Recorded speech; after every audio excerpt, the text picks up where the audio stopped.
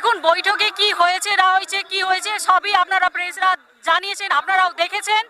সেখানে মুখ্যমন্ত্রী যিনি বক্তব্য রেখেছেন, যে বক্তব্যটা আমাদের কাছে বলেছেন, তাতে কেউই সন্তুষ্ট নয়। কারণ সন্তুষ্ট হওয়ার অনেকগুলো কারণ থাকে।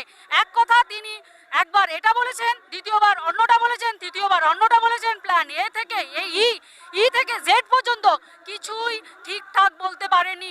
সব কিছু ঘেটে একবারে ঘ করে দিয়েছে। সবই গন্ডগোল ইচ্ছে করে পাকিয়েছেন কি না জেনে পাকিয়েছেন আমার জানার বিষয় নয়। আমাদের একটাই দাবি, আমাদের ওএমআর এ মিরর কপি দিতে হবে। তাহলে এই সেগ্রিগেশন কেউ ভগবান, স্বয়ং ভগবান এলেও পাবলিশ করতে পারবে না, একমাত্র যদি না আমাদেরকে ওএমআর এর মিরর কপি দেওয়া হয়। আর এটা পারবে একমাত্র এসএসসি।